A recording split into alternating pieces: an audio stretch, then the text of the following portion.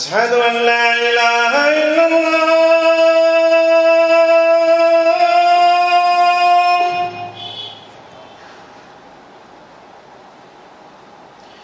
أشهد أن لا إله إلا الله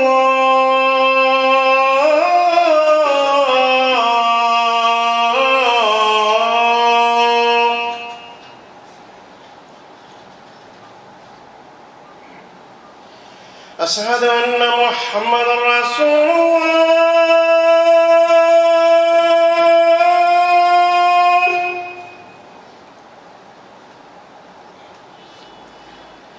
أشهد أن محمدا رسول الله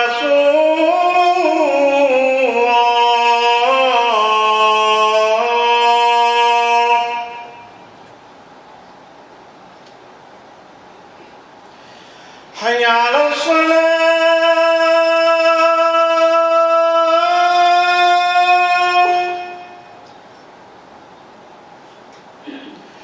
حي على الصلاة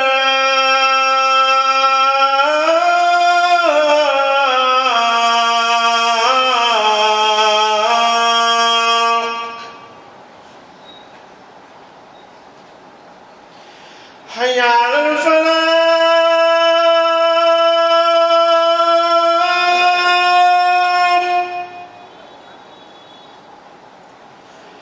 حي على الفلاح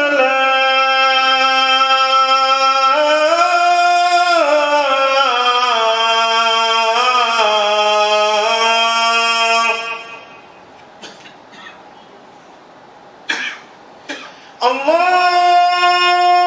أكبر الله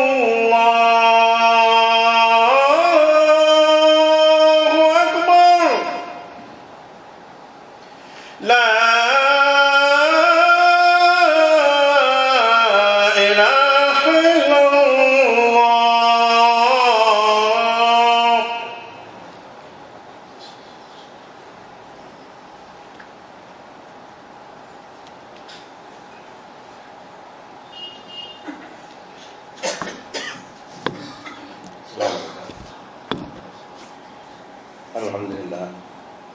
الحمد لله نحمده ونستعينه ونستغفره ونعوذ بالله من شرور أنفسنا ومن سيئات أعمالنا من يهده الله فلا مضل له ومن يضلل فلا هادي له وأشهد أن لا إله إلا الله وحده لا شريك له وأشهد أن محمدا عبده ورسوله أما بعد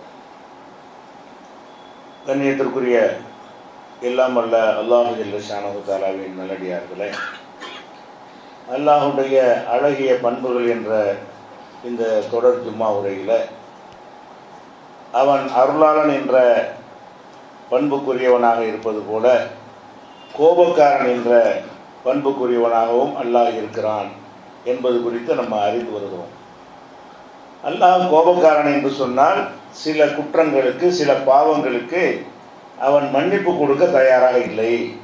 சில பாவங்களை செய்த நிலையில் மரணிப்பார்களேயானால் அவர்கள் நாடினால் மன்னிப்பான் என்ற அந்த கருணை வாசலை அவர்களுக்கு அடைத்து விடுகிறான் என்பதை பார்த்தோம். அதில் முக்கியமானது அல்லாஹ்வுக்கு இணை கற்பித்தல், அல்லாஹ்வை நிராகரித்தல். இரண்டாவதாக உயிர் கொலை செய்தல் என்பது அல்லாஹ்வுக்கு கடுமையான கோபத்தை ஏற்படுத்தக்கூடியது. இந்த கொலை செய்பவர்களுக்கும் அல்லாஹ் நிரந்தர நரகத்தை ஏற்படுத்துகிறான் என்ற தொடரில் நம்முடைய பிள்ளைகளை நாமே கொலை செய்வது பல வகை இருக்கிறது. நம்முடைய பிள்ளைகளை நம்ம கொலை செய்வது, நம்மை நாமே கொலை செய்வது, பிறரை கொலை செய்வது, இப்படி பல வகையான கொலைகள் இருக்கிறது.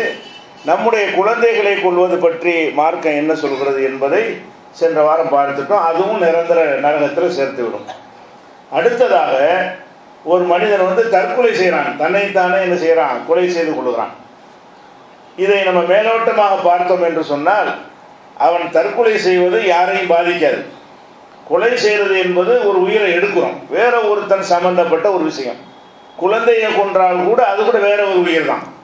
வேறு ஒரு உயிரை கொள்ளுவது என்கிற ஒரு விஷயம் அதில் இருக்கிறது. தற்கொலை என்பது அவன் உயிர், அவன்கிட்ட இருக்கிற உயிரை அவன் எடுத்துக்கொள்வது என்பது பிறருக்கு செய்கிற அநீதியில் கூட வராது. ஆனாலும் அல்லாஹ் இந்த தற்கொலை கடுமையான விஷயமாக அல்லாஹ் பார்க்கிறான். இஸ்லாம் மார்க்கத்தில் தற்கொலைங்கிற ஒரு முடிவை எடுப்பானேயானால் அவன் நிரந்தர நரகத்திற்கு போய் விடுவான், அவன் இஸ்லாத்தை விட்டே வெளியேறி விடுவான் என்கிற அளவுக்கு அல்லாஹ் அதில் கடும் நிலைப்பாட்டை எடுத்திருக்கிறான். இந்த தற்கொலையை பொறுத்த வரைக்கும் அதில் சில நியாயங்கள் கூட இருக்கும். சும்மா போய் ஒருத்தன் தற்கொலை செய்ய மாட்டான். அவனுக்கு ஏற்பட்டிருக்கிற கஷ்டம், வறுமை, அல்லது யாராவது குடும்பத்தில் ஒருத்தங்க இறந்து போகிறது, அவன் சந்திக்கிற டார்ச்சர்கள், அவமானங்கள், அவனுக்கு ஏற்படுற தொல்லைகள், தீராத நோய்கள், தாங்க முடியாத நோய்கள், இது மாதிரியான பல காரணங்களுக்கு தான் ஒருத்தன் போய் தற்கொலை செய்வான். அதுக்கு ஒரு ரீசன் இருந்தால் நல்லா ஒத்துக்க மாட்டாங்களாம். தற்கொலை செய்வதற்கு சும்மா சந்தோஷமாக இருக்கும்போது யாரும் தற்கொலை செய்ய மாட்டான். அவனுக்கு ஒரு பிரச்சனை வரக்கூடிய நேரத்தில் தான் அது நமக்கு தாங்க முடியலையே என்ற ஒரு நேரத்தில் தற்கொலை என்கிற முடிவுக்கு வருகிறான். அப்படின்னு ஒரு நியாயம் இருந்தால் கூட அல்லாஹ் ஒத்துக்கிற மாட்டான். தற்கொலை செய்தால் எந்த மாதிரி காரணத்திற்காக நீ தற்கொலை செய்தாலும் அது மன்னிக்க முடியாத ஒரு குற்றம் என்று இந்த தற்கொலையும் அந்த லிஸ்டில் அல்லாஹ் வைக்கிறான். இன்னும் சொல்ல போனால் ஒரு மனிதன் எந்த பாவத்தை செய்தாலும் அவன் அதிலிருந்து திருந்தி கொள்வதற்கு வாய்ப்பு திறந்திருக்கும்.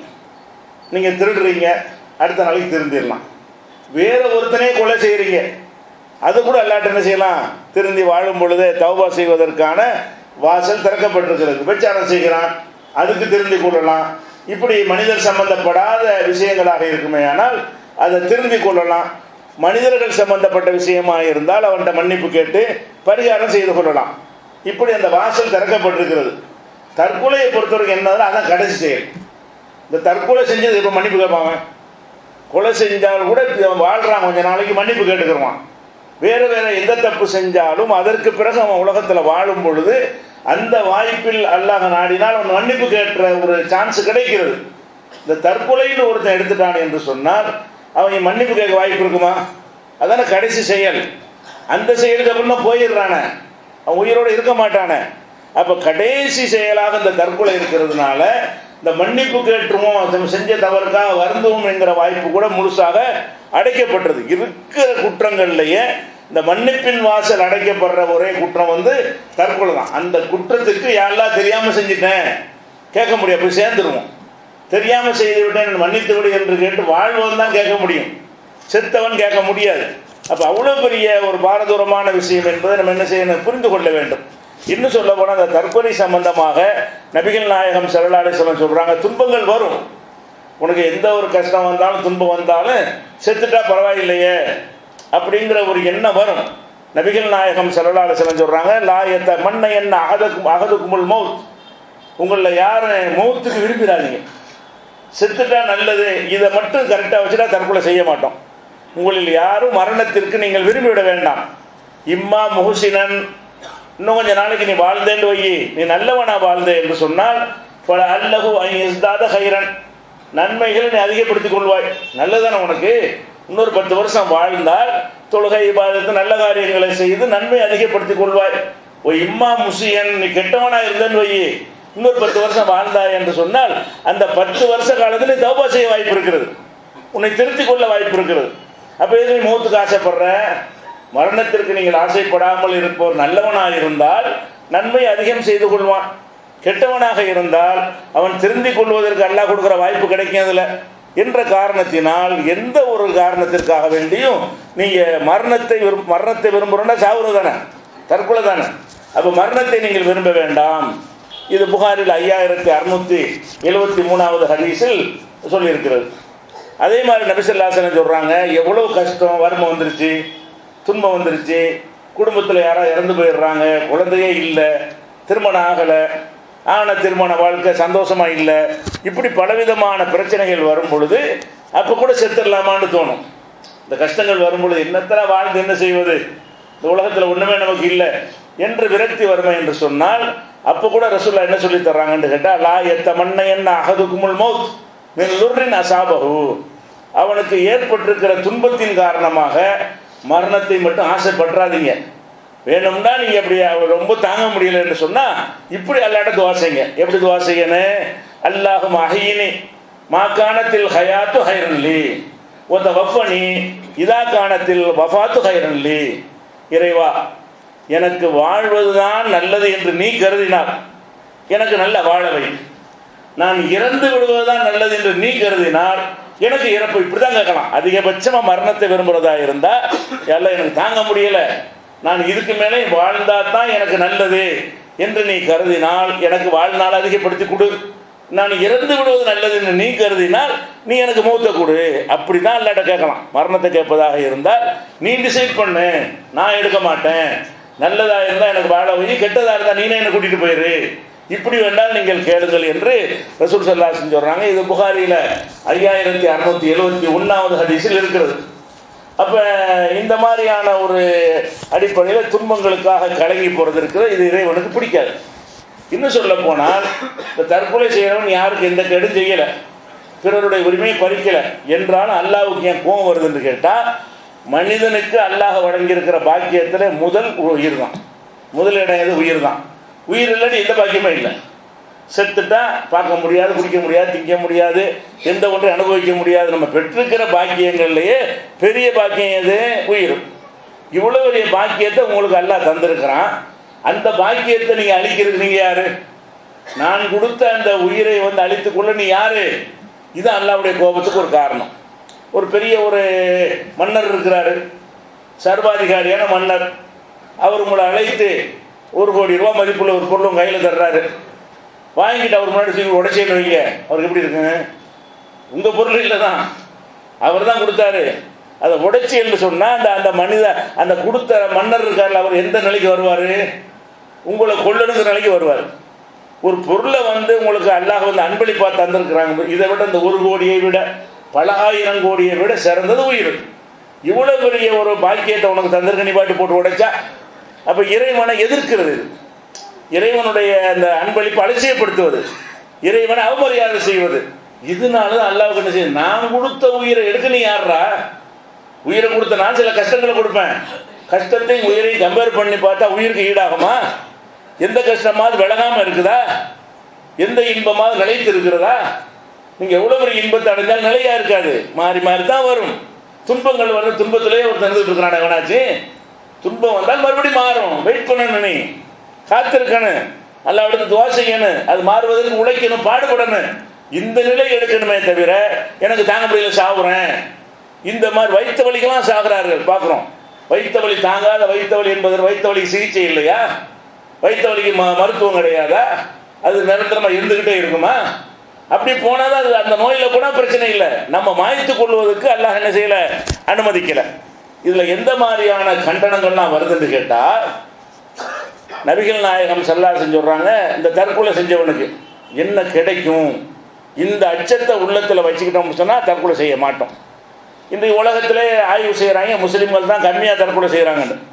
உலகம் பூரா உள்ள எல்லா நாடுகள்லையும் தற்கொலை செய்பவர்களுடைய பட்டியலை எடுத்து ஆய்வு செய்வார்களே, ஆனால் எல்லா சமுதாயங்கள்லையும் அவங்க சதவீதத்துக்கு மேலே சாகுறாங்க. முஸ்லீம்களில் கம்மியாக சாகுறாங்க. காரணம் என்னென்னா, அவங்களுக்கு இந்த மத நம்பிக்கை தான். தற்கொலைங்கிறது ஒரு பெரிய குற்றம் என்பது அவங்களுக்கு சொல்லப்பட்டிருக்குது. அதே மாதிரி சில பேர் ஆகுறாங்கன்னு அந்த செய்தி சொல்லப்படலை. அவர்களுக்காக வேண்டி இந்த ஹதீஸ்களை எல்லாம் நம்ம கொண்டு சேர்த்தால் அவங்க ஒரு காலத்திலையும் தற்கொலை எண்ணத்துக்கு வரமாட்டார்கள். நபிகள் நாயகம் ஸல்லல்லாஹு அலைஹி வஸல்லம் சொல்கிறாங்க, ஒரு மனிதன் வந்து ஒரு மலையில் இருந்து உருண்டு விழுந்து சாவறான். தற்கொலைக்கு பல வழி இருக்குல்ல, பல வழியில் சாவனான். மலை உச்சியில் ஏறி அங்கேருந்து உருண்டு செதறி போய் சாவணும் என்று ஒருத்தன் வந்து அப்படி செத்தானையானால், பொகோபி நாரி ஜஹன்னம எத்தரத்தாபிகா, அவன் நரகத்தில் அல்லாஹ் என்ன செய்வான்னு கேட்டால், இவனுக்கு ஒரு மலையை ஏற்படுத்தி அதுலேருந்து நரகத்தில் விழுந்துக்கிட்டே இருப்பானான். அதை நரகத்தில் போடுறது தனி, அந்த நரகத்தில் போடுவதோடு அல்லாஹ் என்ன செய்கிறான்னு கேட்டால், இவனை ஒரு உயரமான இடத்துல தூக்கி சென்று போட்டுக்கிட்டே இருப்பாங்க, மறுபடியும் தூக்கி மேலே வைப்பாங்க, நரகத்தில் தள்ளுவாங்க. இப்படியே இருந்து கொண்டே இருப்பான். ஹாலிதன் முஹல்லதன் பிகாபதா, என்றென்றும் நிரந்தரமாக இந்த தொல்லையை அவன் என்ன செய்வான்? அனுபவித்தே கொண்டு இருப்பான் அப்படின்னு சொல்கிறாங்க ரசூல் ஸல்லல்லாஹு அலைஹி வஸல்லம். அதே மாதிரி வந்து ஒரு விஷத்தை குடிக்கிறான்னு வைங்க, விஷத்தை குடித்து சாகுறான். விஷம் குடிப்பது செத்துறான்னு நீங்கள் லேசாக நினைக்கிறீங்க. குடித்த பிறகு அது அது அது தரக்கூடிய வேதனை இருக்குல்ல, சாதாரண வேதனை கிடையாது. அவன் உங்களுக்கு சொல்ல முடியும், அவனை போய் சேர்ந்துடுறானே. அவன் குடித்த பிறகு உள்ளுக்குள்ள அந்த குடலாம் அறுக்கப்பட்டு அந்த துன்பம் இருக்குல்ல, அவ்வளோ கஷ்டமாக இருக்கும். அந்த மாதிரி நிலையில் அவன் வந்து இறந்து விட்டான் என்று சொன்னால், அவன் நரகத்தில் போடுற ஒரு வேதனை ஒரு பக்கம் இருக்கு, அங்கேயும் விஷத்தை கொடுப்பான்ல, இதை கொடுறான்னு சொல்லி. அங்கேயும் அந்த விஷம் வந்து அதே வேலையை செய்யும். நரகத்திலையும் கிடந்து கொண்டு விஷத்தை குடித்து குடித்து குடித்து என்ன செய்யறான்ல, அதை வந்து அந்த வேதனை தொடர்ந்து கொடுத்து கொண்டே இருப்பான். இதுவும் என்றென்றும் நிரந்தரமாக நடக்கும் என்று ரசூல் ஸல்லல்லாஹு அலைஹி வஸல்லம் சொல்றாங்க. அதே மாதிரி ஒரு இரும்பு ஆயுதத்தால் தன்னை ஒருவன் தற்கொலை செய்து கொண்டானேயானால் நரகத்தில் அதே மாதிரி இரும்பு ஆயுதத்தை கொடுத்து அவன் தன்னைத்தானே குத்திக்கிட்டே இருப்பான். நெருப்புல கிடந்து வேவுறு தண்டனை அது பொது. இவனுக்கு கூடுதலாக என்ன கிடைக்குதுன்னு கேட்டால், எந்த முறையில் இவன் தற்கொலை செய்கிறானோ அந்த முறையில் வந்து தொடர்ச்சியாக நரகத்தில் அவனை அல்லாஹ் செய்ய வச்சு 2 மடங்கு வேதனையை அல்லாஹ் கொடுக்குறான். இது புகாரியில் 5778வது ஹதீஸில் இடம்பெற்றிருக்கிறது. அப்போ இந்த தற்கொலை செய்தல் என்பது வந்து நரகத்துக்கு போகிறது மட்டும் இல்லை, காலிதன் முஹல்லதன் ஃபிஹா அபதா. காலித் என்றாலும் நிரந்தரம் அர்த்தங்க, முஹல்லத் என்றாலும் அதே தான் அர்த்தம், அபதன்றாலும் அதே தான் அர்த்தம். 3 வார்த்தை போடுறாங்க ரசூல் ஸல்லல்லாஹு அலைஹி வஸல்லம். இவன் என்றென்றும் நிரந்தரமாக இருப்பான் என்பதை ஒரு நிரந்தரம்னு போடாம ரசூல் என்ன செய்யறாங்க, இந்த மாதிரி தற்கொலை செய்தவன் வந்து காலிதன் முஹல்லதன் ஃபிஹா அபதா, நரகத்தில் வந்து எப்போதும் என்றென்றும் நிலையாக கிடப்பான் என்று 3 வார்த்தையை கொண்டு சொல்றார்கள்னா இது எவ்வளோ பெரிய கடுமையான, முடிஞ்சு போச்சு லைவு, அவ்வளோதான். இந்த உலகத்தில் பிறந்தது மறுமை, எதுக்கு இஸ்லாத்துக்கு வந்தோம், எதுக்கு இந்த மாத் தொழுகை பாத் எல்லாம் எதுக்கு செய்யணும், ஆகிரத்தில் ஜெயிப்பதற்கு தானே, ஒன்றுமில்லை, அவ்வளோதான், எல்லாம் போய்விடும். காலிதன் முஹல்லதன் சொன்னால் உங்களுடைய தொழுகைக்கு எங்கள் மார்க் கிடையாது, நோம்புக்கு மதிப்பு இல்லை, எவ்வளோ தான தர்மங்கள்லாம் செஞ்சிருப்பீங்க, ஒன்றுமில்லாம் போயிடும். இந்த தற்கொலைங்கிற ஒரு எண்ணம் வந்தால் என்ன வரணும், மறுமை பாழாகிவிட்டது, நம்ம இத்தனை வருஷமாக உழைத்த அமல்கள் எல்லாம் வீணாகிவிட்டதுன்ற ஒரு எண்ணத்தை நம்ம உள்ளத்தில் விதைத்து கொண்டே இருந்தோமையானால் என்ன துன்பம் வந்தாலும் அந்த தற்கொலைங்கிற ஒரு முடிவுக்கு நம்ம வரமாட்டோம். சாதாரண விஷயம், குற்றம் இது, நம்ம உயிர் தான் நம்ம எடுக்கிறோம், எடுத்து விட முடியாது. அதே மாதிரி வந்து ரசூல் ஸல்லல்லாஹு அலைஹி சொல்கிறாங்க, ஒரு மனிதருக்கு காயம் இருந்தது, தாங்க முடியாத வேதனை, காயம் ஏற்பட்டு தாங்க முடியாத வேதனை ஏற்படுகிறது. அப்போ என்னடா இவ்வளோ கஷ்டமாக இருக்குன்னு தன்னைத்தானே நிறுத்திட்டாரு, அவர் கழுத்தை அறுத்து கொண்டு ஏதோ ஒரு வழியில் செத்துட்டார். அப்போ அல்லாஹ் சொல்கிறானா, பாதரணி அபதி பி நப்சிஹி, என் அடியான் வந்து அவன் தன் உயிரை மாய்ப்பதில் அவசரப்பட்டு விட்டான், என்னை முந்தி விட்டான், நான் தான் அந்த உயிரை எடுக்கணும், அவன் உயிரை வாங்கிறது ஏன் வேலையாக இருக்க இவன் முந்தி விட்டான், நிந்தி விட்டான் என்ற காரணத்தினால் ஹர்ரம்து அலைஹில் ஜன்னா, இவனுக்கு சொர்க்கத்தை நான் ஹராமாக்கிட்டேன். அதாவது இவன் வந்து உயிரை நான் கொடுத்துருக்குறேன், அவசரப்பட்டு நீ உயிரை எடுத்த, உனக்கு இன்னொரு 10 வருஷம் கூட நான் கொடுப்பேன், இன்னும் 5 வருஷம் கூட வச்சுருப்பேன், அப்போ நான் அதை டிசைட் பண்ணுறதுக்கு நீ முந்தி கொண்டு எடுத்தாயானால் ஹர்ரம்து அலைஹில் ஜன்னா, அவனுக்கு சொர்க்கத்தை ஹராமாக்கி விட்டேன் என்று அல்லாஹ் சொல்வதாக நபிகள் நாயகம் ஸல்லல்லாஹு அலைஹி வஸல்லம் சொல்கிறாங்க. இது புகாரியில் 1364வது ஹதீஸில் இருக்கிறது.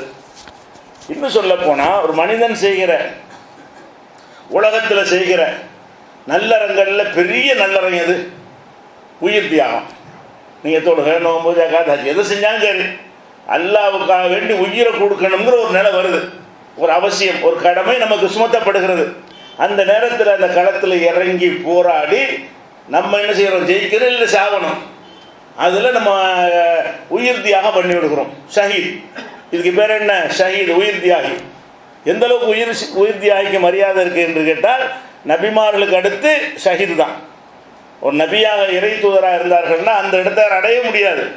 ஷஹீதாக இருந்து, ஷஹீதுனா அது முறைப்படி இருக்கணும், இஹ்லாஸாக அல்லாஹ்வுக்காகவே பெருமைக்கு இல்லாமல் நம்மளை வீரர் என்று பாராட்டணும் என்பதற்காக இல்லாமல், இறைவா நீ அந்த ஏற்படுத்தி வைத்திருக்கிற அந்த பாக்கியத்திற்காக வேண்டி நான் என்னை மாய்த்து கொள்கிறேன் அப்படின்னு சொல்லி அல்லாஹ்வுடைய பாதையில் போராடி ஒருத்தன் சாவுறான, இதுக்கு நிகரான ஒரு நல்லறம் கிடையாது. அதுதான் அல்லாஹ், ஏன்னா எவ்வளோ நாம் நல்ல காரியத்தை நிறைவேற்றணும் என்பதற்காக அவன் ஷஹீத் ஆகிறான். தற்கொலைக்கும் ஷஹீதுக்கு வித்தியாசம் இருக்குது. தற்கொலைனா சாவுறது மட்டும்தான், இதில் வந்து வெற்றியை எதிர்பார்த்து போகிறான், வெற்றி இல்லாட்டி வீர மரணம் அல்லாஹ் தான் முடிவு பண்ணுறான், இவன் தீர்மானிக்கலை. ரெண்டுக்கும் தயாராக போகிறதுனால இது தற்கொலைன்னு எடுத்துக்கொள்ளக்கூடாது. இது 4வது கொலை விஷயத்தில் அது விளக்கமாக சொல்லிக்கிடுவோம். அப்போ இந்த ஷஹீதுங்கிறவனுக்கு எவ்வளோ பேர் அந்தஸ்து கிடைக்கணும். ஒரு மனிதர் என்ன செய்கிறாருன்னு கேட்டால், ஒரு போர்க்களம், ரசூல் ஸல்லல்லாஹு அலைஹி வஸல்லம் அவர்களோடு அவர் கலந்து கொள்கிறார், எல்லா சஹாபாக்களும் கலந்து கொள்கிற மாதிரி அவர் கலந்து கொள்கிறார். இது அல்லாஹ்வுடைய பாதை. இதில் அவர் வந்து மரணித்தாரையானால் அவருக்கு என்ன கிடைக்கணும், பெரிய அந்தஸ்து கிடைக்கணும். அவர் போர்க்களத்தில் நிற்கும்போது ரசூலுல்லாஹ் சொல்கிறாங்க, ஹாதா மின் அஹ்லின் நார், அவர் ஒரு பக்கம் போராடிக்கிட்டு இருக்கிறார், வேறு பக்கத்தில் இருக்கிற சஹாபாக்கள் ரசூலுல்லாஹ் சொல்கிறாங்க இந்த நரகவாசி. அவருக்கு விளங்காம அவர் தீவிரமாக போராடிக்கிட்டு இருக்கிறாரு. அப்போ ரசூல் ஸல்லல்லாஹு அலைஹி சொல்கிறாங்க, ஹாதா மின் அஹ்லின் நார், இவர் வந்து நரகவாசி அப்படின்னு சொல்கிறாங்க.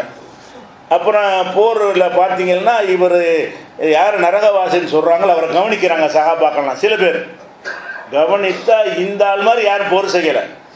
அந்த களத்தில் நின்று போராடுவதில் வந்து அச்சம் இல்லாமல் தீவிரமாக மூர்க்கமாக வீர தீரத்தோடு அவர் போராடுறாரு. அதை பார்க்குறாங்க போர்க்களத்தில். மற்றவங்களாம் பயப்படுற இடத்துக்குள்ள எல்லாம் நுழைந்து என்ன செய்கிறாரு, அவர் வந்து தன்னுடைய எல்லா விதமான திறமையும் பயன்படுத்துகிறார்.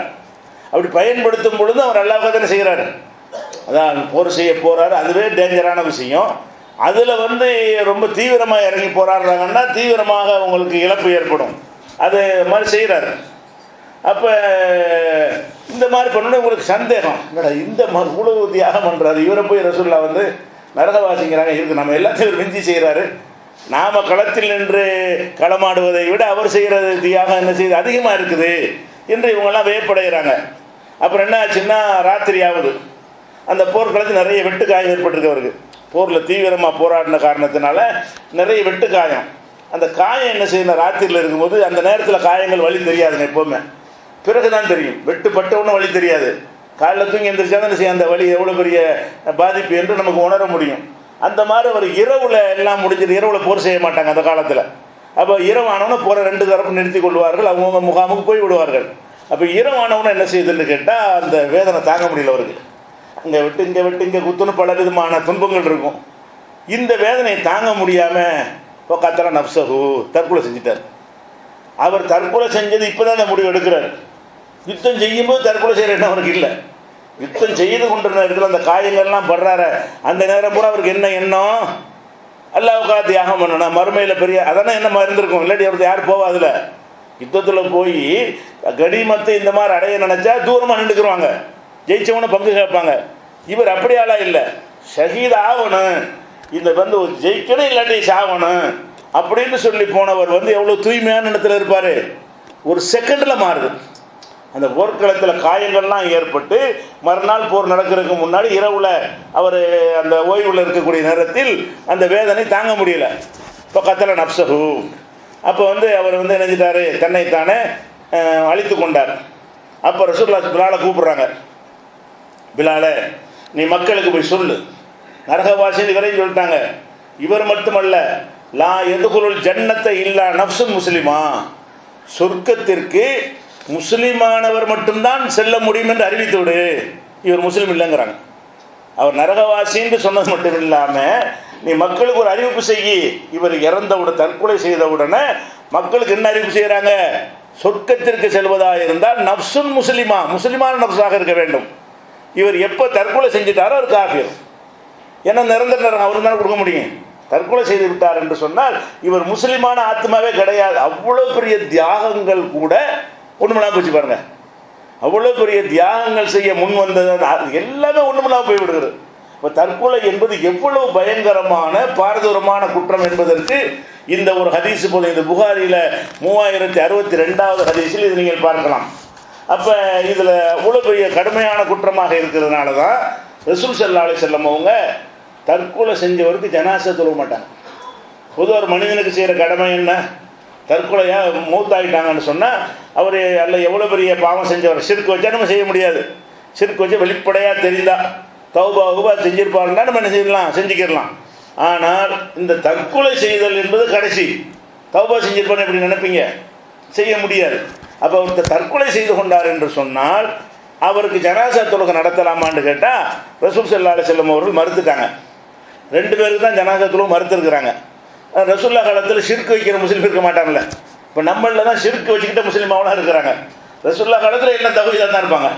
அதனால் அந்த சப்ஜெக்ட் இப்போ வரல. என்ன சப்ஜெக்ட் வந்திருக்குன்னா, கடன் வாங்கிட்டு 4 பேர் கடனை வாங்கிட்டு போத்தா போயிடுவாங்க.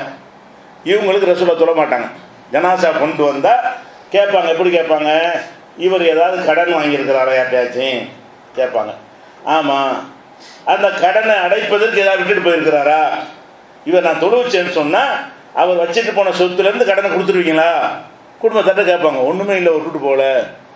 அப்போ ரசூலுல்லாஹ் கேட்பாங்க, உங்களில் யாராவது இவர் கொடுக்க வேண்டிய கடனுக்கு பொறுப்பேற்றுக் கொள்கிறீர்களா, நான் கொடுக்குறேன்னு சொன்னால் தொழுவிப்பாங்களாம். யாரும் பொறுப்பு இல்லைன்னா நீங்கள் தொழுக, நான் தொழுவிக்க மாட்டேன், தொழுகக்கூடாது தடுக்கலை, மற்றவங்களும் தொழுவிக்க சொல்லிட்டாங்க. ரசூல் ஸல்லல்லாஹு அலைஹி வஸல்லம் அவர்கள் இவருக்கு நான் தொழுவிக்க மாட்டேன் என்று சொல்வார்கள். உடனே சில சஹாபாக்கள் என்ன செய்வாங்கன்னு கேட்டால், அல்லாஹ்வுடைய தூதரே அவருடைய கடனுக்கு நான் பொறுப்பேற்றுக்கிறேன், உடனே தொழுவிப்பாங்க. அப்போ நபி ஸல்லல்லாஹு அலைஹி வஸல்லம் அவர்கள் கடனாளியாக, என்ன கடன்கிறது மனிதனுடைய ஹக்கு, ரசூலுல்லாஹ் துஆ செஞ்சால் அது ஏற்றுக்கொள்ளப்படணும். மனுஷ ஹக்கில் எப்படி ஏற்றுக்கொள்ளப்படும்? ஏன் மறுக்கிறாங்கன்னு கேட்டால், யாரெல்லாம் இவரை மன்னிச்சு சொர்க்கத்துக்கு கொண்டு போகணும்னு சொன்னால் இவர் மனுஷன்ல விளையாடி இருக்காரு, அவன் நிற்பான நாளைக்கு, ரசூலுல்லாஹ் கேட்டால் நாளை ஏற்றுக்கிற மாட்டானே. நம்முடைய துவா யூஸ்லெஸ், பயனற்றது. நான் இவனுக்காக துவா செஞ்சு, ஜனாசா தொழுகையில் துவா செஞ்சு இவர் அங்கே போய் இங்கே போய் உயர்த்து, அந்தஸ்தை உயர்த்து என்று நான் கேட்டால், இறை தூதர் என்கிற முறையில் என் துவாவுக்கு ஒரு பவர் இருக்குல்ல, அது கூட செல்லாது. ஏன் செல்லாது? என்ன துவா செஞ்சால் அவன் வந்து நின்றுவான், யாரெல்லாம் எனக்கு 1 லட்சம் ரூபாய் தரணும், இவன் 5 லட்சம் தரணும், இவன் 10 லட்சம் தரணும்னு நின்றான்னு சொன்னால் அவனுக்கு கொடுக்கணுமே, அமல்களை தானே பிடிங்கி கொடுப்பான்ல. அதையும் தாண்டி கடன் வச்சுருந்தா அவன் பாவத்துக்கு நம்ம இதில் சுமத்தி விட்டுருவானே என்ற காரணத்திற்காக ரசூல் ஸல்லல்லாஹு அலைஹி வஸல்லம் அவர்கள் கடன் வாங்கிய நிலையில் எந்த ஜனாசா கொண்டு வந்தாலும் கடனாளியாக வந்தால் என்ன செய்ய மாட்டாங்க, ஜனாசா தொழுகை நடத்த மாட்டாங்க. இது ஆரம்ப காலம். பிறகு என்னாச்சுன்னு கேட்டால், பொருளாதாரம் நிறைஞ்சி வழிகிறது. ரசூலுல்லாஹ்வுடைய ஆட்சியில் இந்த ஜக்காத்துங்கிற ஒரு புரட்சிகரமான திட்டத்தை கொண்டு வந்த பிறகு அப்புறமேலாம் இந்த சாப்பாடு கஷ்டப்படம் கிடையாது. வறுமைன்னு வந்தால் அந்த 2 ஓட்டத்தை கொண்டு போட்டுருவாங்க. வறுமைன்னு வந்தால் ஒரு 100 ரூபா கொடுக்க வேண்டியது தானே, அப்படிலாம் கொடுக்க மாட்டாங்க. அவருக்கு 2 ஒட்டகத்தை கொடுங்க, இவருக்கு 4 ஒட்டகம் நிறைய சுமையோடு கொடுங்க.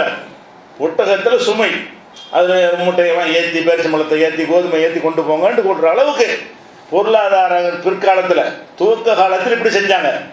பொருளாதாரம் நிறைஞ்ச பிறகு ஜனாசா கொண்டு வந்தால் கேட்பாங்க, என்ன சொல்லுவாங்கன்னு கேட்டால், இவர் ஏதாவது சொத்து பத்து விட்டுட்டு போயிருந்தாரையானால் அதை வாரிசு எடுத்துக்கிறங்க, இவர் ஏதாவது கடன் பெற்றிருந்தாருனால் சொல்லுங்க, நான் தந்துடுறேன். பழைய என்னை சேர்ந்தது, எந்த குடிமகனுடைய கடனாக இருந்தாலும் அரசை சேர்ந்தது. யார் மௌத்தா போனால் ரசூல் ஸல்லல்லாஹு அலைஹி வஸல்லம் ஆரம்பத்தில் கடைபிடித்த நிலை என்னன்னு சொன்னால், கடனை கொடுக்குறது அவர் சொத்துல இருக்கான்னு கேட்பாங்க, இல்லைன்னா யாராவது பொறுப்பேற்றுக்கிறான்னு கேட்பாங்க. 2ல் 1 இருந்தால் தொழுவிப்பாங்க, இல்லைன்னு நான் மட்டும் போயிடுவாங்க. அதே நேரத்தில் பிறகு என்ன ஆச்சுன்னு கேட்டால், அல்ல நிறைய செல்வங்கள் எல்லாம் கொடுத்த உடனே அவர் என்ன செல்வத்தை விட்டு சென்றாலும் சரி, அதை கடனுக்கெல்லாம் நீங்கள் அடைக்காதீங்க, அவங்க சொந்தக்காரங்க எடுத்துக்கிட்டேன், புள்ள குட்டிலாம் விட்டுட்டு போயிடுவார், மனைவி மக்கள்லாம் இருப்பாங்க, அவர் என்ன சொத்தை விட்டுட்டு போயிருந்தாலும் போலி அகலிகி, அவன் குடும்பத்தை சேர்ந்தது. கடன் என்ன விட்டுருக்கார் சொல்லுங்க, அது அலைய, அது என்னை சேர்ந்தது. அத்தனை பேர் உலகத்தில் இப்படியான ஒரு பொருளாதாரத்தை எவனும் பார்த்தது கிடையாது. நாட்டு மக்கள் அத்தனை பேருடைய கடனையும் ஒரு அரசு சுமக்குமா? யார் செத்தாலும் கடன் ரசூலுல்லாஹ் பொறுப்பு தான். நான் ஒரு நாட்டுக்கு தலைவனாக இருக்குன்னு கேட்டால் மக்கள் மேலே கடனை சுமத்துவாங்க. ரசூல் ஸல்லல்லாஹு அலைஹி வஸல்லம் செய்கிறாங்க, நீங்கள் உங்கள் தேவை கடன் வாங்கி கொடுக்க முடியாமல் மௌத்தா போயிட்டீங்கன்னா நான் தர்றேன், இவர் உனக்கு யார் யாருக்கு தர்றேன், என்னவா என்னிடத்துல வாங்கிட்டு போ. என்னிடத்துல சொந்த காசு இல்லை, பைத்துல் மால் தான். பைத்துல் மாலில் இருக்க போய் தானே கொடுக்குறாங்க, அதை திரட்டுற அளவுக்கு ஒரு நிர்வாக சீரமைப்பு திட்டமெல்லாம் இருக்க போய் தானே கொடுக்குறாங்க. இப்படி செய்வாங்க ரசூல் ஸல்லல்லாஹு அலைஹி வஸல்லம். எதுக்கு? கடனுக்கு. தற்கொலை செஞ்சவனுக்கு அதுவும் கிடையாது. நானும் தொழுவிக்க நான் தொழுவி நீங்கள் தொழுவிங்கன்னு சொல்ல மாட்டாங்க.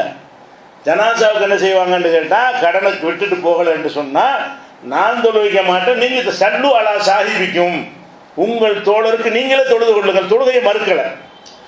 கடனாளியாக மரணித்தவருக்கு ஜனாசா தொழுகையை மறுக்காமல் என்ன செய்வாங்கன்னு கேட்டால், சல்லு அலா சாஹிபிக்கும், உங்களுடைய தோழருக்கு நீங்களே தொழுது கொள்ளுங்கள் அப்படின்னு இந்த இறந்து போயினதை கூட காட்டிக்கணும் போயிடுவாங்க இருந்து. அதன் மூலம் என்ன நடக்கும்னு கேட்டால், ஒவ்வொருத்தரும் இந்த கடன் விஷயத்தில் கவனமாக இப்போ வாங்கிட்டு கடனை வாங்கி சேர்க்காம பயந்து நடப்பாங்க. அதுக்காக செஞ்சாங்க. தற்கொலைக்கு என்ன, ரசூல் ஸல்லல்லாஹு அலைஹி வஸல்லம் காலத்தில் ஒரு ஆளை உயிர்த்தியை கொண்டு குத்திட்டு இறந்து போயிட்டார். பாடியை கொண்டு வர்றாங்க. ரசூல் ஸல்லல்லாஹு அலைஹி வஸல்லம் நினைக்கிறாங்க, புலம்பி சொல்ல தொழ முடியாதுன்னு போயிட்டாங்க. நீங்கள் தொழுங்கன்னு சொல்லலை. அப்போ தற்கொலை செய்கிறீங்க, நம்மளும் சொல்ல முடியாத, நிரந்தர நரகம் நினைப்ப எழுந்து தொழுகிறீங்கிறேன். தற்கொலை செஞ்சால் ஹாலிதன் முஹல்லதன் பிகாபதா, என்றென்று நிரந்தரமாக இருப்பார் என்று சொல்லிவிட்டது. தீர்ப்பு முடிவு எழுதப்பட்டு விட்டது. யாரெல்லாம் மண்ணிட்டு இப்படி கேட்பீங்க? ஜனாசா தொழுகண்டா அதானே. ஜனாசா தொழுனா துன்யாவுக்காக கேட்குறதா? அவருடைய மறுமை கேட்குறது தானே. அவர் மறுமையில் அவருக்கு அதை கொடு இதை கொடுன்னு கேட்பதாக இருந்தால், எல்லாம் கொடுப்பதற்கு அவர் எல்லாம் மன்னிக்கணுமே. அந்த வாசல் அடைச்சியில் வச்சுருக்கான் அல்லாஹ். அந்த வாசல் திறந்து வச்சுருந்தானே யாரெல்லாம் இவரையும் உள்ள விடுன்னு சொல்லலாம். இவருக்கு சீல் வச்சிடறான்ல, இவர் நிரந்தரமாக இருப்பார்னு சொல்லி. அதனால ரசூல் ஸல்லல்லாஹு அலைஹி வஸல்லம் அவர்கள் இந்த தற்கொலை செய்த யாராக இருந்தாலும் அவங்க என்ன செய்ய மாட்டாங்க, தொழுகையே நடத்த மாட்டார்கள், மக்களையும் நடத்தக்கூடாதுட்டாங்க. நம்ம நடத்தவும் கூடாது. ஏன் அவ்வளோ தெளிவாக வந்துச்சுல, முஸ்லீம் இல்லைன்ட்டாங்க. எந்த அளவுக்கு சொல்லிட்டாங்க, முஸ்லீமான அந்த தற்கொலை செஞ்சவரை பார்த்துட்டு தான் சொல்கிறாங்க, முஸ்லீமு தான் சொர்க்கத்துக்கு போவான், இவர் போக மாட்டார், என் அடியான் தன் விஷயத்தில் அவசரப்பட்டு விட்டான், ஹர்ரம் தலையில் ஜன்னான்னு அல்லாஹ் சொல்றவதாக ரசூலுல்லாஹ் சொல்கிறாங்க. சொர்க்கம் ஹராம், முஸ்லீம் இல்லை. இதெல்லாம் வச்சு பார்க்கக்கூடிய நிரந்தரமாக இருப்பான். இவ்வளவு பெரிய விஷயம் இருக்குது என்பதை ஒவ்வொருத்தரும் வீடுகள் எல்லாத்துக்கும் சொல்லிக் கொடுக்கணும். இளைஞர்களாக பொதுவாக இளைஞர்கள்ட்ட தான் இந்த தன்மைகள்லாம் இருக்கிறது. குறிப்பாக பெண்கள் ஏதாவது தப்பு தான் நடந்துட்டாங்கன்னு வைங்களேன், தெரிஞ்சுட்டா என்ன செய்யணும், தற்கொலை பண்ணிடுவாங்க. நீ செஞ்ச தப்போட தற்கொலை பெரிய தப்பு. நீ செஞ்சது தப்பு தான் நடந்தோம்னு சொன்னால் தப்பு தான், தற்கொலை அதை விட பெரிய தப்புல. அப்போ எந்த ஒரு கட்டத்திலும் எவ்வளோ பெரிய விஷயங்கள் நடந்தாலும் சரி, தற்கொலை மட்டும் செஞ்சிடாதே என்று சொல்லி அந்த குழந்தைகளுக்கு நம்ம வளர்க்குற பிள்ளைகள் இளைஞர்கள்ட்ட தான் அந்த நோய் ரொம்ப இருக்கிறது. ஆண்கள்கிட்டையும் பெண்கள்கிட்டையும் இருக்கிறது. வயசான கிழவன் தற்கொலை நீங்கள் பார்க்க மாட்டீங்க, ரொம்ப குறைவாக இருக்கும். நடுத்தர வயசில் உள்ளவன் இளைஞர்களாக உள்ளவர்கள் தான் இந்த முடிவுக்கு வர்றாங்க. அப்போ அந்த மாதிரி இருக்கிறதுனால இந்த மாதிரி ஹதீஸ்களை நாங்கள் வைத்து நம்ம வளர்க்கணும் பிள்ளைகளை. இது ஆழமாக பதிஞ்சிருந்தால் எந்த ஒரு கட்டத்திலையும் எவ்வளோ துடிக்க வேதனையில் இருந்தாலும் சரிதான், தற்கொலைங்கிற முடிவுக்கு வராமல் சபர் செஞ்சுக்கிறோம். அது மறுமையில் கூலி பெற்று தரக்கூடியதாக மாறிவிடும். ரசூல் ஸல்லல்லாஹு அலைஹி வஸல்லம் இறுதியாக சொல்கிறாங்க, அல் கபாயிரு, பெரும்பாவங்கள்னு ஒரு பட்டியல் போடுறாங்க. பெரும்பாவங்கள் போடும்போது அல் இஷ்ராக்கு பில்லாஹ், ஒன்று அல்லாஹ்வுக்கு இணை கற்பித்தல், நமக்கு தெரிஞ்ச விஷயம். ரெண்டாவது உக்கூக்குல் வாலிதைனி, பெற்றோருக்கு தொல்லை கொடுப்பது, தாய் தந்தையருக்கு அது பிறகு சொல்லுவோம் தனியாக தொல்லை கொடுப்பது. மூணாவது கத்லுன் நஃப்ஸி, மூணாவது இடத்துல வைக்கிறாங்க தற்கொலை செய்கிறது, தன்னைத்தானே கொலை செய்து கொள்வது. பெரும் பாவத்தில் ஷிர்க்கு, பெற்றோருக்கு தொல்லை தருவது, அடுத்தபடியாக தன்னைத்தானே மாய்த்து கொள்வது என்பதை பெரும்பாவங்களில் ரசூல் ஸல்லல்லாஹு அலைஹி வஸல்லம் அவர்கள் சேர்த்திருக்கிறார்கள். இது அல்லாஹ்வுடைய கோப பார்வை. எதன் மீது அல்லாஹ் மன்னிப்பு கொடுக்க மாட்டானோ, மற்ற விஷயங்களுக்கு அந்த திருந்தி கொண்டால் கூட மன்னிப்பு இருக்குங்கிறோம்ல, அதுவும் அடைக்கப்பட்டு இவ்வளோ பெரிய கொடும் கோபத்துக்குரிய விஷயமாக இருக்கிறது. இதில் ரொம்ப கவனமாகவும் இதை மனசில் பதிய வைத்து கொண்டு நடக்க வேண்டும். அல்லாஹ் ரப்புல் ஆலமீன் இதை உணர்ந்து நடக்கக்கூடிய நன்மக்களாக நம்ம ஆக்கி அருள்வானாக. அஸ்ஸலாமு அலைக்கும்.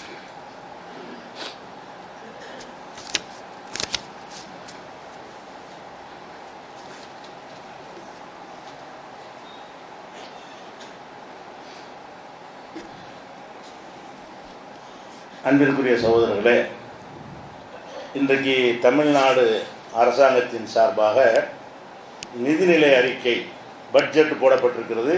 பட்ஜெட் வெளியிட்டிருக்கிறார்கள். அதாவது வரவு செலவு, தமிழ்நாட்டில் எங்களுக்கு மொத்த வருவாய் எவ்வளவு, மொத்த செலவு எவ்வளவு, அந்த செலவு என்னென்ன வகைக்கு என்னென்ன செய்ய போகிறோம், இதுக்கு 10,000 கோடி, இதுக்கு 3000 கோடி லிஸ்ட்டு போடுவாங்க. வரவு செலவை போடுவது வரவு செலவு அறிக்கை தான் அதுக்கு பேர். இந்த பட்ஜெட்டை வெளியிட்டிருக்கிறாங்க. இந்த பட்ஜெட்டில் என்ன வெளியிட்டிருக்காங்கன்னு கேட்டால், எந்த ஒரு பட்ஜெட்டாக இருந்தாலும் வரவும் செலவும் சரியாக இருக்கணும், அல்லது வரவை விட கம்மியாக செலவு இருக்கணும். 1000 ரூபா வருமானம் வந்தால் 1000 ரூபா செலவழிக்கலாம், சரி வரவும் செலவும் சரின்னு போயிடும். அவன் பரவாயில்லாத அளவு நடத்தாங்க. 1000 ரூபா வரும்பொழுது 900 ரூபா செலவு பண்ணிவிட்டு ஒரு 100 ரூபா எடுத்து பாக்கெட்டில் வச்சுக்கிற முடியும் என்று சொன்னால் அவன் சிறந்தவன், சேமித்து வைக்கிறான் எதிர்காலத்துக்கெல்லாம். ஒரு தனி மனிதனாக இருந்தாலும் சரி, வீடாக இருந்தாலும், கடையாக இருந்தாலும், நிறுவனமாக இருந்தாலும், அரசாக இருந்தாலும், பட்ஜெட் என்று சொன்னாலே எப்படி இருக்கணும்னு கேட்டால், வரவையெல்லாம் எடுக்கணும். அவ்வளோதான் நமக்கு வருமானம். இதில் செலவு பண்ணுறோம். செலவு பண்ணுவது என்ன செய்யணும், வரவுக்கு மேலே குறைவாக இருக்கணும், வரவுக்கு சரியாக இருக்கணும், வரவுக்கு மேலே கம்மியாக இருக்கணும். இப்போ மொத்த வரவு எவ்வளோன்னு பார்த்தீங்கன்னா 2,19,00,000 கோடி, 2.19 லட்சம் கோடி, அதாவது 2,4 கோடின்னு வைங்க, 2,4 லட்சம், 2,4 லட்சம் கோடி தான் அரசாங்கத்துக்கு வரவு. செலவு அவங்க போட்டு லிஸ்ட்டு பார்த்தீங்கன்னா 2,50 லட்சம் கோடி வருது. உதாரணத்துக்கு 2,4 லட்சம் தான் வரவு, 2,4 லட்சம்னா கோடி, 2,4 லட்சம் கோடி ரூபாய் வரவுண்டா என்ன, வரி போடுறது, அந்த மாதிரி பல பொதுத்துறை நிறுவனங்களில் வர்றது, டாஸ்மார்க்னு பல வகையான வருமானம் வருதில்ல, இதெல்லாம் சேர்த்து பார்த்தீங்கன்னா வரவு எவ்வளோன்னு கேட்டால் 2.20 போட்டிருக்காங்க, 2,4 வச்சுக்கிறங்க. அப்போ 2,4 லட்சம் கோடி ரூபா வரவு. செலவு எவ்வளோன்னு கேட்டால் அப்போ 2,00,000 கோடி. அப்போ எவ்வளோ? 25,000 கோடி ஷார்ட்டேஜ், வரவு பத்தலை. இது என்ன செய்வீங்கன்னு கேட்டால், கடன் வாங்கி போட்டுக்கிறோம், வரவை விட கூட வருதுன்னா கடன் வாங்கி செய்வாங்களாம் அப்படின்னு சொல்லி இந்த பட்ஜெட்டில் வாசிக்கிறாங்க. சரி, கடன் வாங்கிட்டீங்கன்னா இதுக்கு முந்தைய ஏதாச்சும் கடன் இருக்கா உங்களுக்கு? கடன் வாங்குறீங்க, சரி, பழைய கடன் என்ன இருக்குன்னு கேட்டால் அதான் அதிர்ச்சி. ஒட்டுமொத்த பட்ஜெட் போட்டிருக்காங்களே, இதுக்கு டபுள் கடன் இருக்குது. 2,25,000 கோடி வந்து இந்த வருஷம் வரவுன்னு போட்டுட்டான். சரி, இப்போ பழைய கடன் நீ கொடுக்க வேண்டிய உலக வங்கிக்கு அதுக்கெல்லாம் கொடுக்க வேண்டியிருக்கும்ல, அதுக்கெல்லாம் வந்து என்ன நீ கடன் கொடுக்கணுமான்னா 4.56 4,00,000 கோடி. 2,25,000 கோடி தான் வரவு. ஏற்கனவே கொடுக்க வேண்டியது எவ்வளோ இருக்குது? 4,50,000 கோடி இருக்கிறது. அப்போ எவ்வளோ கடனை? நம்ம 8 கோடி மக்கள் இருக்கிறோம். ஒரு ஆளுக்கு என்ன கடன் பார்த்துக்கிறோங்க. ஒரு ஆளுக்கு 50,000 ரூபா கடன் சேர்த்து நம்ம இதெல்லாம் வாங்கி வச்சுருக்காங்க. அல்லாவுடைய ரசூல் என்ன பண்ணுறாங்கன்னா, உன் கடன் நான் ஏற்றுக்கிறேங்கிறாங்க. அல்லாவுடைய ரசூல் என்ன செய்கிறாங்கன்னா, நீ பட்ட கடனுக்கு நான் பொறுப்புப்பா, அது அரசாங்கம், அதுக்கு பேர் நிர்வாகம். இவன் என்ன செய்கிறான்னு கேட்டால், கடன் வந்து இப்போ பட்ஜெட்டு மொத்த தொகை இருக்க ஒரு வருஷத்தில் என்ன வருமோ இதுக்கு டபுள் கடன் வாங்கி வச்சுருக்கிறாங்க. ஒரு மனுஷனுக்கு 1,00,000 தான் வருமானம் ஒரு வருஷத்துக்கு. இவன் வந்து 1,4 லட்ச ரூபா செலவு காட்டுறான். சரிப்பா, ஷார்ட்டேஜ் என்ன செய்வேன்னா இன்னொரு 25,000 வந்து நான் என்ன செய்வேன், கடனை வாங்கிக்கிறவாங்கிறான். சரி, முந்தியதாக வாங்கியிருக்கிறியா? வாங்கியிருக்கிறேன், அது ஒரு 2 லட்சம் வாங்கியிருக்கிறேன். வரவே உனக்கு 1 லட்சம், மொத்த தமிழ்நாட்டுடைய வரவு எவ்வளவோ அதுக்கு டபுள். இது மொத்தம் நாங்கள் கொடுக்கக்கூடிய கடன் வந்து 4.56 லட்சம் கோடிங்கிறாங்க. அப்போ பட்ஜெட் ஒட்டுமொத்த அரசாங்கத்தின் வருமானத்துக்கு டபுளாக கடன் இருக்குது. இப்போ உள்ளது சேர்த்துக்கிட்டா இன்னும் கூடி போயிடும். அப்போ அதுக்கு வரி எவ்வளோ வரும்? இவங்க வருவாயில் வந்து 30-35% வட்டியில் போயிடும். அந்த கடனை இந்த செலவு கணக்கில் அதெல்லாம் வரும். செலவு காட்டுறாங்கல்ல, சும்மா கடனாக கொடுப்பாங்க. சும்மா கடனை வாங்கிட்டு போயிடலாமே. இந்த அரசாங்கங்கள் வாங்குகிற கடன், நம்ம முஸ்லீம்களுடைய கடனை தவிர எந்த ஒரு கடனாக இருந்தாலும் அதுக்கு வட்டி. அப்போ உலக வங்கியில் 4,50,000 லட்சம் கோடி ரூபா கொடுத்து வச்சுருந்தான்னு சொன்னால் அதுக்கு வட்டி கேட்பான்ல. அப்போ இந்த வருவாயிலேருந்து இந்த செலவு காட்டுறாங்கல்ல, இந்த செலவில் 30% வட்டிக்கு போயிடும். இந்த செலவுன்னு கணக்கில் அதுக்கு 10,000 இதுக்கு 10,000 கோடிங்கிறாங்கல்ல, அதில் வந்து செலவில் எது கூடியதெல்லாம் போயிடும், வட்டி அதிகமாக போய்விடும். அப்போ இந்த பட்ஜெட் நீங்கள் பார்த்துக்க, மாநிலத்தை எடுத்துக்கிறங்க, இந்தியாவை எடுத்துக்க, மத்திய எடுத்துக்கிற எல்லாமே வந்துக்கிட்டு ஊதாரித்தனமான நிர்வாகம், வீணான செலவுகள், நல்ல இது வந்து கொஞ்சம் அறிவு இருந்தால் போதும். வீண் விரயங்களை குறைச்சா கூடங்க ஊழல் வராது. இவங்க எந்த செலவெல்லாம் எதுக்கு செலவு பண்ணுறாங்க? அவர் அதுக்கு மணி மண்டபங்கிறாங்க, இதுக்கு விருதுக்கு, சினிமாவுக்கு விருதுங்கிறாங்க. சினிமாக்காரன் சோத்துக்கு லாட்டரி அடிக்கிறாங்களா, அவனுக்கு விருது, அவனுக்கு லட்சமாக என்ன செய்கிறது, அள்ளி கொடுக்கறது, சிலை அமைக்கிறது. இப்படி அந்த எம்ஜிஆர் விழா, அண்ணா விழா, கருணாநிதி விழான்னு சொல்லி எந்த செத்து போனவங்களுக்குலாம் இந்த மாதிரி விஷயங்களுக்கு செலவழிக்கிற நிப்பாட்டினாலே இந்த வரவை விட கம்மியாக செலவழிக்கலாம். அது மீதி உள்ளது எடுத்து கடனுக்கு கழிக்கலாம். இவங்க எதனால் இது வருதுன்னு கேட்டால், ஷார்ட்டேஜ் வருதுன்னு கேட்டால், செலவினங்களை எடுத்துக்கிட்டிங்கன்னா சினிமாவுக்கும், கலைக்கும், கூத்தடிப்பதற்கும், ஆடம்பரத்துக்கும், இந்த மாதிரியான விஷயங்களுக்கு அள்ளி கொடுக்கறதுனால தான் இந்த இதெல்லாம் வருகிறது. அப்போ நபிகள் நாயகம் ஸல்லல்லாஹு அலைஹி வஸல்லம் எப்படி திட்டமிட்டு செஞ்சார்களோ அந்த மாதிரி செய்யக்கூடிய ஆட்சியாளர்கள் வந்து கிடையாது. ஆனால் உலகத்தில் வேறு நாடுகள்லாம் அப்படி போடுறதில்ல, கொஞ்சம் சரியாக போடுவாங்க. இந்த மாதிரி எல்லாம் வந்து பெரிய அளவுக்கு ஒரு 4 லட்சம் கோடி 10 ஒரு மாநிலத்துக்கு மத்திய அரசுக்கு இல்லை. இது 4 லட்சம் கோடி வாங்கியிருக்கிறேன்னா மாநில அரசாங்கம் வாங்கிக்கிறோம் அவ்வளோ பெரிய கடனை. அப்போ இந்த மாதிரியான ஒரு நிலையில் இருக்கிறது. நம்ம என்ன செய்யணும் வேலை, இஸ்லாம்ங்கிற அந்த வட்டி இல்லாத ஒரு பொருளாதாரத்தை அடிப்படையாக வைத்து, ஜக்காத்துங்கிற அடிப்படையாக வைத்து இஸ்லாம் உண்டாக்குன அந்த பொருளாதாரம் தான் சிறந்த பொருளாதாரம் என்பதை இதிலிருந்து விளங்கிக் கொள்ள வேண்டும். இந்த பட்ஜெட் என்பது நம்மளை ஏமாத்துகிறார் என்பதை புரிந்து கொள்ள வேண்டும். அல்லாஹ் ரப்பல் ஆலமீன் இதை புரிந்து நடக்கிற நன்மக்களாக நம்மை ஆக்கி அருள்வானாக.